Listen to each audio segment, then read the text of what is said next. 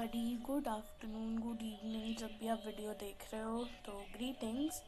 कैसे हो आप सब? हमने पॉलिटिकल साइंस का चैप्टर जो है वो स्टार्ट किया था, end of bipolarity.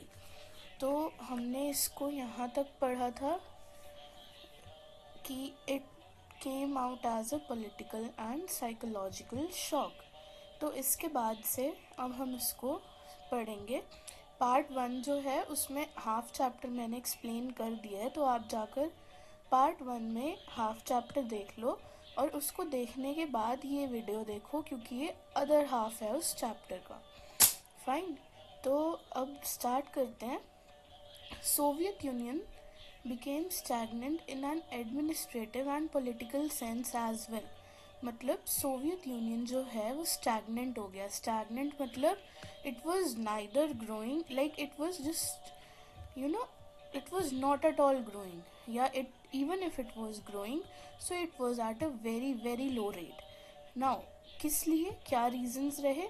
first, party wasn't accountable to the people। accountable मतलब पार्टी के जो रिप्रेजेंटेटिव्स थे वो लोगों को अकाउंटेबल नहीं थे। मतलब डेमोक्रेसी का फीचर होता है अकाउंटेबिलिटी, कि आपने कोई डिसीजन कैसे लिया, क्यों लिया, तो वो चीज़ आपको सिटीजन्स जो हैं उनको डिस्क्लोज करनी पड़ती है इफ़ दे आस्क सो। जैसे राइट टू इन्फॉर्मेशन RTI लगाते हैं तो government is accountable for their decisions, basically to take the responsibility of, right. उसके बाद people were alienated by slow and shifting administration, corruption and to correct the mistakes. मतलब people जो थे alienated, मतलब वो अपने आप को एलिनेशन फील कर रहे थे, अपने आप को मतलब जैसे एलियन की तरह फील कर रहे थे। वाई? क्योंकि इनकी स्लो और शिफ्टिंग एडमिनिस्ट्रेशन थी। एडमिनिस्ट्रेशन कोई काम ढंग से नहीं कर रही थी, जो कर रही थी बहुत स्लोली कर रही थी। उसके बाद करप्शन इनकी उसमें, क्योंकि अकाउंटेबिलिटी नहीं थी तो गवर्नमेंट में करप्शन चल रहा था। कौन क्या कर रहा है किसी को कोई लेना देना नहीं था, और लोगों को ये लोग अकाउंटेबल नहीं थे, तो इसलिए करप्शन थी। और करेक्ट देयर मिस्टेक्स, मतलब लोग यहाँ पर जो हैं, लोग से मतलब जो रिप्रेजेंटेटिव्स हैं, वो लोग अपनी गलतियों को सुधारना नहीं चाहते थे। They were not ready to correct their mistakes. उसके बाद inability of the system to correct mistakes it had made. In total जो सिस्टम है वो अपनी इनएबिलिटी दिखा रहा था कि वो जो उन्होंने गलतियां की उनको ठीक करने में वो कैपेबल नहीं था, वो उस गलतियों को ठीक नहीं कर रहे थे। Unwillingness to allow more openness to the people. Accountability नहीं थी तो इन्होंने अनविलिंगनेस दिखाई कि हम और ओपन नहीं होंगे सिटीजन्स के साथ, जितना है उन्हें जितना पता है दैट्स फाइन।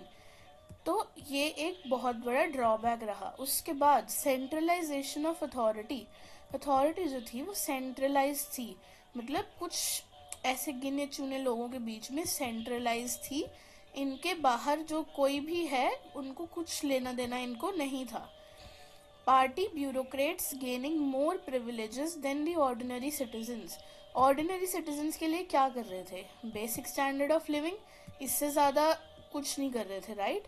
तो बेसिक स्टैंडर्ड ऑफ लिविंग से ऊपर जो है इनको वहाँ पर भी सपोर्ट चाहिए था, बट पार्टी के जो ब्यूरोक्रेट्स थे सिर्फ उन्हीं को ही ये सब प्रिविलेजेस मिल रही थी, ऑर्डिनरी सिटीजन्स को ऐसी कोई प्रिविलेज नहीं मिल रही थी। Next, people had no recognition in the system मतलब लोगों से मिलकर ही तो सिस्टम बना ना, और लोग ही सिस्टम को चलाएंगे।